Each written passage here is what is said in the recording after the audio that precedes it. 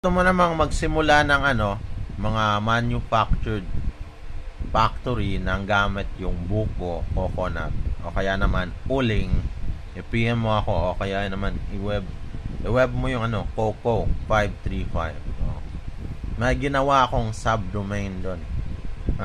A web page na nandoon yung land area ng farm namin. Pwede mong arkilahan yon o kaya naman mag-send ka ng message, matatanggap ko yon sa email address ko. Kung gusto mo naman yung ipagpatuloy yung biodiesel mo, i-PM mo na lang din ako. Kasi merong lugar doon na pwede kang magsunog.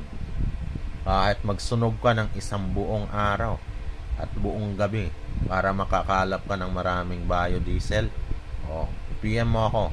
Kaya naman i-add mo ako dyan. O kaya naman, actually, naghahanap din ako ng mga business partner ko.